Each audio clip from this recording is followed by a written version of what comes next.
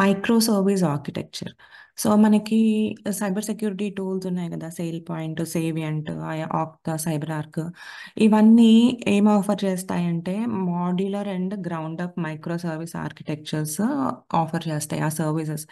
ఎందుకు అంటే for the flexible deployment and scaling. So ఈ మన ఆర్కిటెక్చర్ మొత్తం, లేకపోతే మన సేవియంట్ కానీ సేల్ పాయింట్ కానీ ఆ టూల్స్ మొత్తము ఒక కంటైనరైజ్డ్ మోడల్ లో బిల్డ్ చేసి ఉంటాయి అన్నమాట. ఎందుకు? For automatically scale up and down based on the usage of micro service. So micro service అంటే ఏంటి? యాజ్ ద నేమ్ సజెస్, స్మాల్ సర్వీస్ అన్నమాట. మొత్తం అంతా కలిపి కంబైన్డ్ సర్వీస్ కాకుండా ఒక చిన్న పార్ట్ని తీసుకుంటే micro service. Each service or each feature is considered as a micro service. So ఈ ఆర్కిటెక్చర్ మీద మన టూల్స్ అన్నీ బిల్డ్ అయి ఉన్నాయి. సో ఇవన్నీ ఏం చేస్తాయి? ఆ, మనం ప్రీవియస్ వీడియోలో చెప్పుకున్నాం కదా, business layer, user interface layer and data layer. ఈ లేయర్స్ అన్నీ కూడా ఈ రోబస్ట్ మైక్రో సర్వీస్ ఆర్కిటెక్చర్ మీద రన్ అవుతాయి అన్నమాట. సో అసలు ఎందుకు ఈ మైక్రో సర్వీస్ ఆర్కిటెక్చర్? దీనివల్ల ఏంటి యూజ్, ఎలా చేస్తాము, ఏంటి, అవన్నీ చూద్దాం. మనకి మైక్రో సర్వీస్ ఆర్కిటెక్చర్ వల్ల ఏమన్నా అడ్వాంటేజెస్ ఉన్నాయా, అసలు ఎక్కడ యూజ్ చేస్తాము, ఏంటి, అవన్నీ చూద్దాం. సో ఇవి most of the cloud based అప్లికేషన్స్లో these days we are using.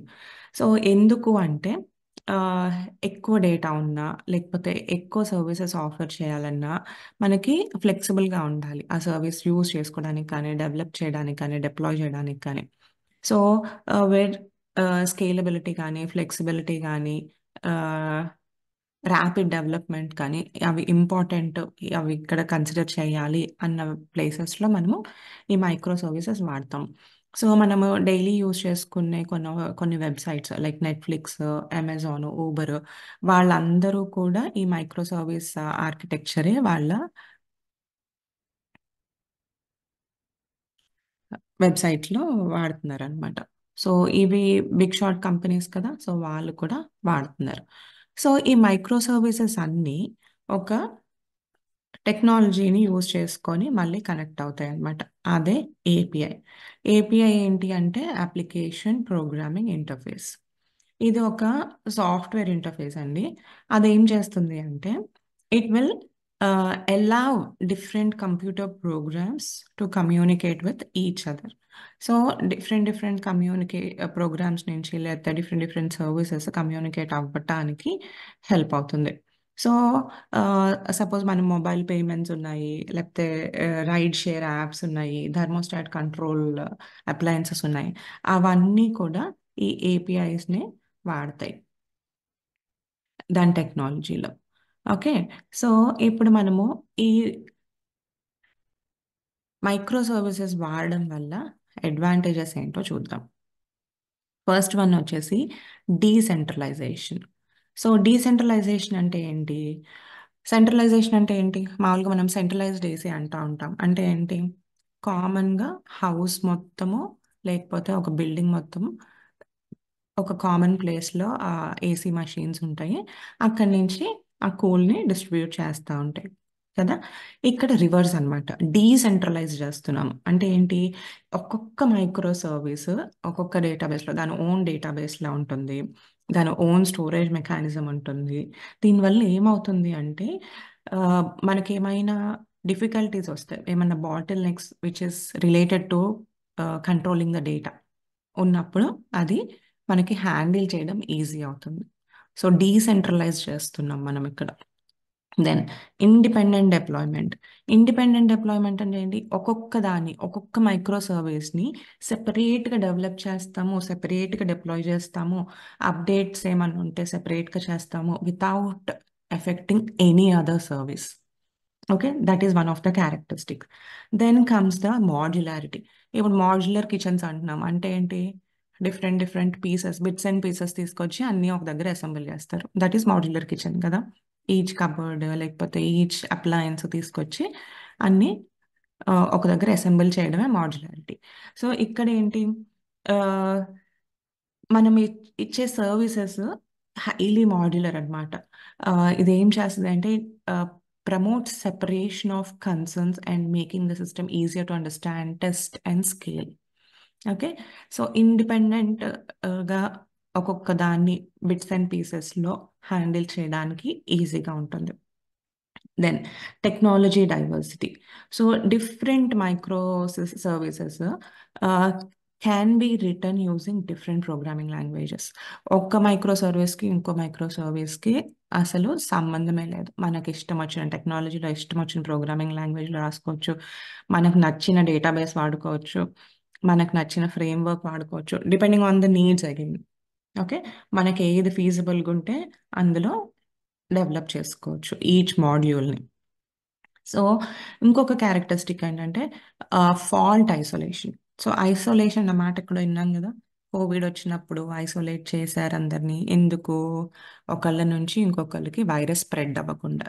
So ఇక్కడ కూడా ఏమన్నా ఫెయిల్యూర్స్ ఉంటే ఒక సర్వీస్లో దట్ ఒక్కొక్కసారి వేరే సిస్టమ్ కూడా ఎఫెక్ట్ అయ్యే ఛాన్స్ ఉంటుంది. సో ఈ ఐసోలేషన్ వల్ల, ఈ మైక్రో సర్వీస్ వల్ల ఏమవుతుంది, వేరే దానికి ఎఫెక్ట్ పడకుండా ఉంటుంది. So that is one of the characteristic. So ఇవన్నీ మనకి మైక్రో సర్వీసెస్ ద్వారా అచీవ్ చేసుకోగలుగుతాం. సో బెనిఫిట్స్ ఏంటి?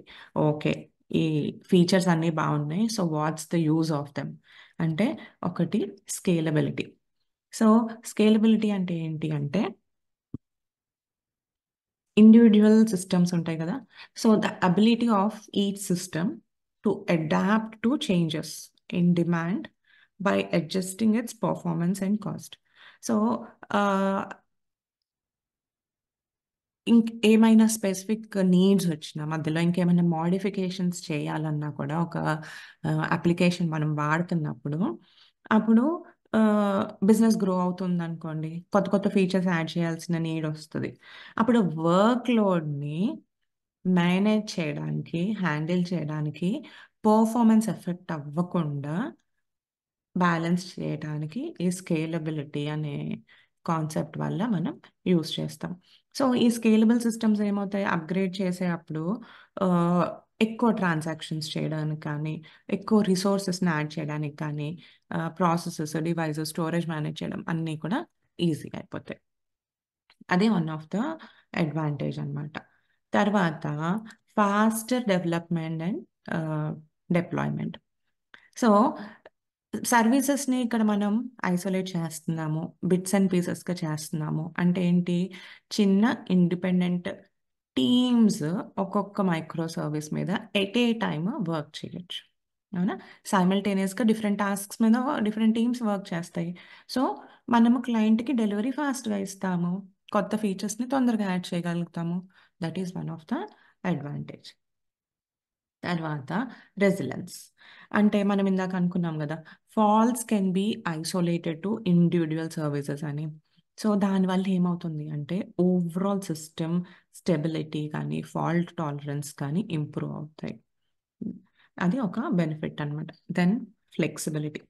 So different teams can use the best tools and technology suited to that particular micro service. వాళ్ళు ఏ ఏ మైక్రో సర్వీస్ అయితే responsibility తీసుకొని వర్క్ చేస్తున్నారో దాని మీద ఫోకస్ చేసి, అన్నిటినీ కంబైన్ చేయకుండా ఆ పర్టికులర్ సర్వీస్కి ఏదైతే హెల్ప్ అవుతుందో దాన్ని మీద కాన్సన్ట్రేట్ చేసి వర్క్ చేయొచ్చు. So these are the benefits of using microservices. Then you can ask me, so if it is so easy and if it is so flexible, why not we use, or like అందరు ఎందుకు use చేయట్లేదు? So anything has its own advantages and disadvantages కదా. So ఈ అడ్వాంటేజెస్లోనే కొన్ని challenges కూడా ఉన్నాయి. ఒకటి complexity.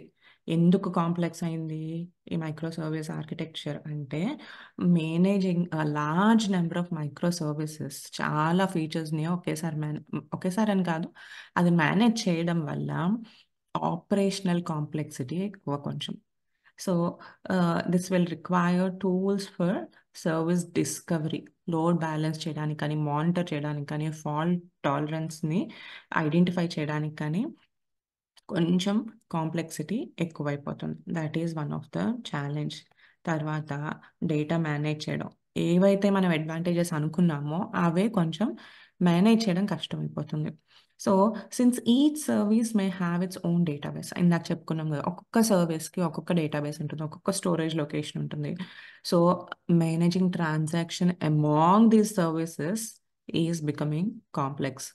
So distributed transactions అయిపోతాయి కదా, ఒక్కొక్క దాంట్లో ఒక్కొక్కటి, అవన్నీ మేనేజ్ చేయాలంటే కొంచెం కాంప్లెక్సిటీ పెరుగుతుంది.